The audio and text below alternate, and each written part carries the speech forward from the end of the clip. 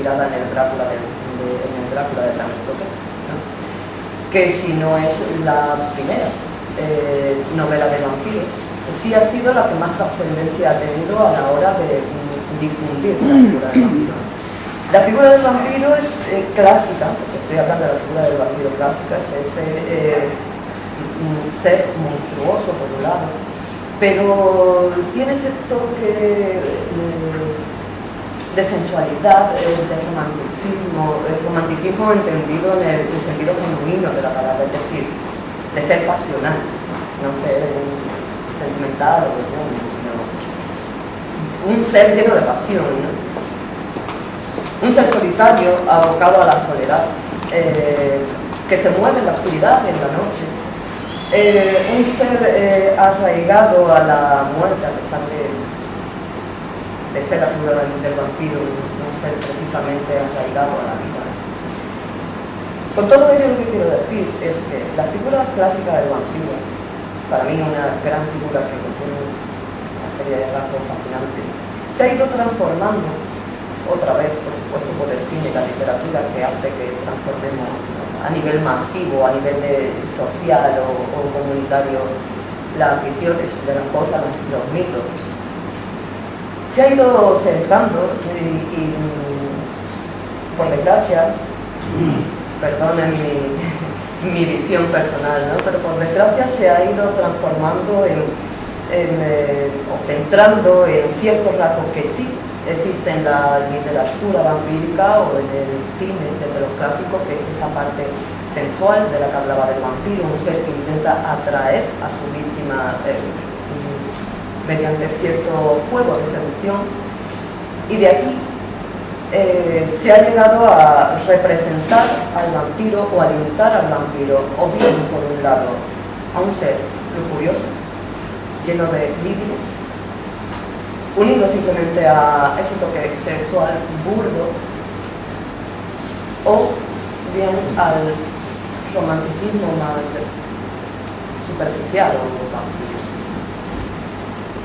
Por suerte, hablo de todo esto porque quería hablar realmente de los vampiros del cenáculo, para empezar. Y por suerte, los vampiros del cenáculo no son seres llenos de lujuria. No son seres que se dediquen a flirtear entre ellos ni con nadie. Simplemente los vampiros del cenáculo son personajes, aunque no son personajes anacrónicos, no podemos decir que se parezcan a los vampiros clásicos, pero sí conservan lo esencial de la figura del vampiro clásico. Y es simplemente que son seres que se alimentan de sangre y seres con una vida eterna, de Nosferatu, el nombre.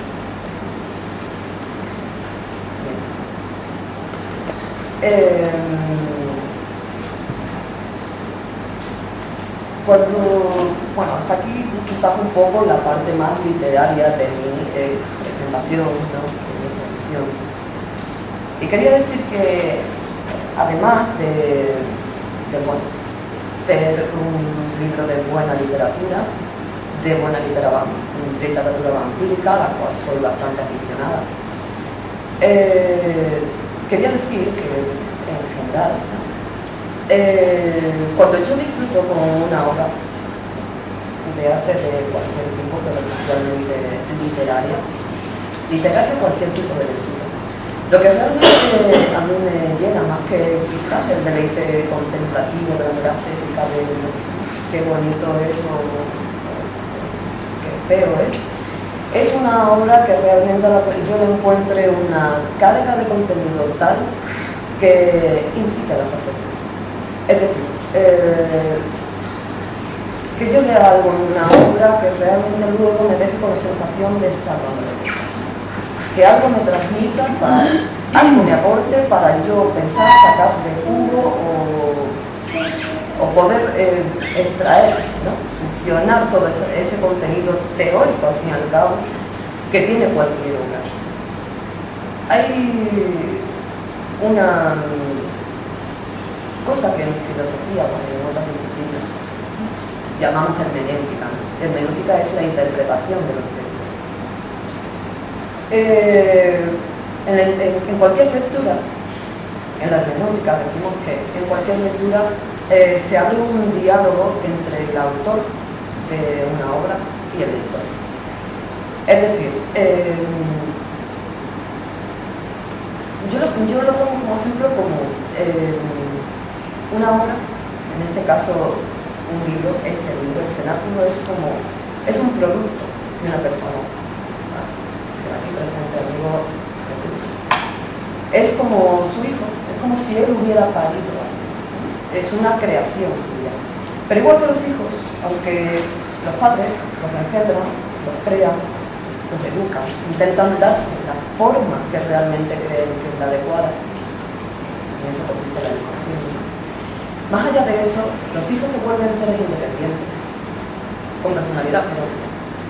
Cada obra, al fin y al cabo, tiene un sentido, una carga o una manera de ser que más allá del autor toma vida propia. Y toma vida propia cada vez que se enfrenta a un lector.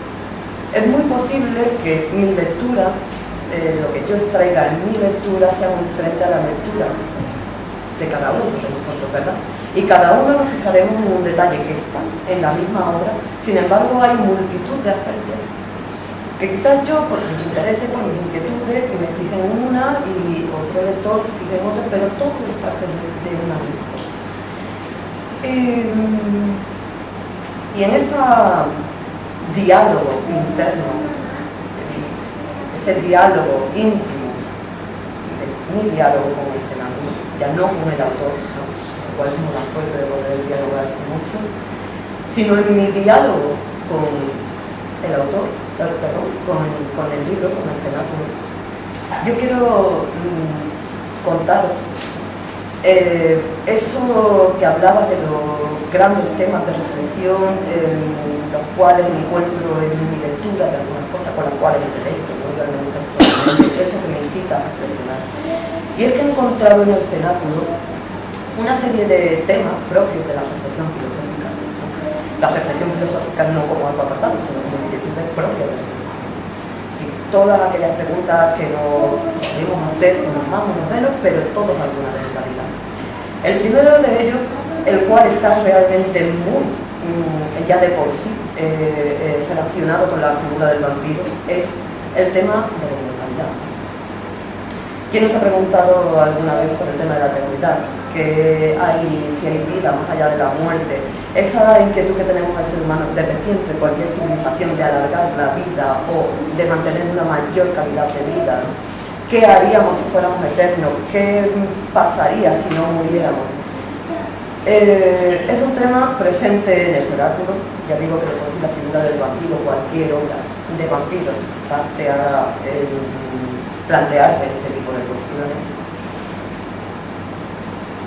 El segundo gran tema que encuentro de manera muy clara en la obra es el tema de la identidad, porque el cenáculo es una historia, sobre todo en la segunda parte, una historia, he dicho que es de mucha acción, de mucha aventura, y es una serie de sucesos en las que se encuentra inmerso el personaje principal, que de repente se encuentra con una serie de seres, vive una serie de situaciones, de experiencias, va de un sitio al otro, es decir, una multitud de viajes. Pero más allá de los viajes externos, intentando descubrir desvelar una serie de misterios en los que se ve envuelto, es un viaje interior, que va paralelo a ese tipo de viajes interiores. El personaje, Corvus, que es el personaje principal, se encuentra de repente transformado en un ser que no lo Para empezar, hay una pregunta fundamental cuando hablamos del tema de la identidad, y es que a nivel comunitario nos preguntamos qué somos, ¿no? Esa gran pregunta de qué es el ser humano. En este caso, Corvus, la pregunta de Corvus constante es qué es ser vampiro. Es una búsqueda de soluciones, de respuesta a unos interrogantes que se crean a partir de esa transformación en otro ser diferente. al que era. ¿Qué es el vampiro? ¿Qué somos? A nivel individual, ¿quién soy? ¿En qué tipo de ser me he convertido ahora, después de mi transformación? ¿Cómo conjugar, por supuesto, mi manera de pensar, de vivir, con un modo de ser que esencialmente es diferente al que tenía anteriormente, incluso totalmente opuesto, por las necesidades vitales que ahora tengo? Al fin y al cabo, todo este tipo de preguntas relacionadas con la identidad es ni más ni menos que las cuestiones sobre el sentido de la vida y la existencia. Otro de los grandes temas que encuentro en el cenáculo, que creo que es fundamental, también propio de esa dimensión reflexiva que tenemos de los seres humanos, es el tema de la moral. Inevitablemente, a la hora de la acción, de tomar decisiones, precisamente por nuestra capacidad de deliberar, de pensar, de la cual nos enorgullecemos tanto, ¿verdad? Nuestra capacidad racional. Eso nos lleva a la libertad de decidir, pero no nos queda más remedio que tomar decisiones y plantearnos qué es lo que está bien y qué es lo que está mal. Pues en el cenáculo hay una constante lucha dialéctica entre los personajes sobre cómo actuar. No olvidemos que al fin y al cabo la mayoría de personajes del cenáculo, sobre todo el propio Corvus, que es el protagonista, es un ser humano que se encuentra con un modo de ser totalmente diferente a lo que era, como he dicho, en ocasiones esencialmente opuesto. Y ese modo de ser nuevo exige un planteamiento del modo de ver la vida y el modo de tomar decisiones, ¿no? Es decir, el tema de la moral, del bien y del mal. Lo que hace referencia a qué normas o qué tipo de leyes tenemos que tener o constituir para nuestro actuar diario. ¿Cuáles son las pautas de conducta que debemos seguir? ¿Qué debo hacer? ¿Y cómo actuar? Respecto a esto, que creo que es muy importante y un tema que especialmente a mí me interesa mucho y que al encontrármelo en el cenáculo he disfrutado en un montón de ocasiones, quería hacer un poco de hincapié y pararme en ello porque es quizás una parte por la que más he disfrutado en la lectura de toda la obra, más allá de la acción y de la aventura y del misterio, que lo es, porque es una historia de acción y de historia, pero tiene todo este tipo de contenido que al menos a mí yo disfruto con ello. Quería reparar un poco y quería leer un par de fragmentos que reflejan esto que estoy contando. Ese dilema interno entre los personajes, lo cual hace que le den una profundidad también mucho mayor. El primero de ellos es un fragmento del propio Corvus, ¿no? Que es el protagonista del libro. Quería dejar pasar el tiempo, que la obligación de ocultarme por primera vez me evitaría acabar injustamente con una vida. Ojo, injustamente. Era elegir entre la de otra persona o la mía. ¿Qué haría esa misma persona en mi lugar? ¿Preferiría compadecerse y morir? No, el ser humano también es egoísta. Si su vida está en juego, o quizás mi cambio era tan ostensible ya, que hasta se me había olvidado cómo solía pensar hace tan solo unos pocos meses. A mí este fragmento me gusta especialmente porque plantea una serie de cuestiones, es decir, lo de el ser humano es egoísta por naturaleza. ¿Qué haría yo en una situación? Pero no estamos hablando de mundos contrafácticos, de mundos posibles, sino de una situación en la que el personaje se encuentra ya inmerso, que tiene que asumir, y tiene que asumir que para alimentarse, para sobrevivir, tiene que alimentarse de salud humana, vida humana, de lo que él, al fin y al cabo, era hasta hace muy poquito tiempo. Tiene que hacer algo para sobrevivir, necesariamente tiene que hacer algo contrario a lo que hasta hacía muy poco era su principio morales. Esta es una visión. Y la siguiente que quiero leer